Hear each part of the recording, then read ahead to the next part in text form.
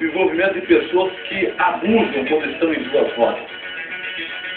Se o motociclista, o motoqueiro, que acabou causando esse acidente, passasse pelo quebra-mola, jamais iria atropelar o Thiago.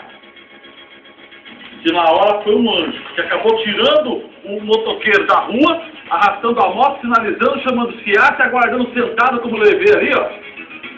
Blusa cinza, calça jeans, tênis branco, o Thiago. O rapaz quer começar a trabalhar hoje. Imaginar que depois, como ele está sentado ali aguardando, foi parar na UTI. Imagine só a situação. Mas graças a Deus vem se recuperando e vai se restabelecer. Mas o alerta vai para você, motociclista que gosta de mostrar que você é bom, não no volante, no guidão, né? Ó, vou passar entre o meio-fio e o quebra-mola, quer ver? Ó? De vez em quando dá uma raspadinha também no escape da moto, né? Eu falo assim porque eu já andei de moto e já tentei fazer uma dessas também. Um dia que o negão quase ralou o beijo no chão porque foi esfolando o meio-fio assim, quase caí. Então, gente, alerta para você. Tome cuidado. Vai devagar, o quebra-mola está ali para você reduzir a velocidade. O quebra-mola não está para bonito ali.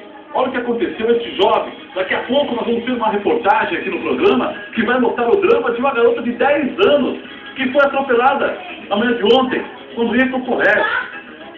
Uma coisa simples, hein? O guidão da moto bateu na menina, ela caiu com a cabeça, traumatismo craniano. Vamos agora com a boa notícia da Zanon Móveis.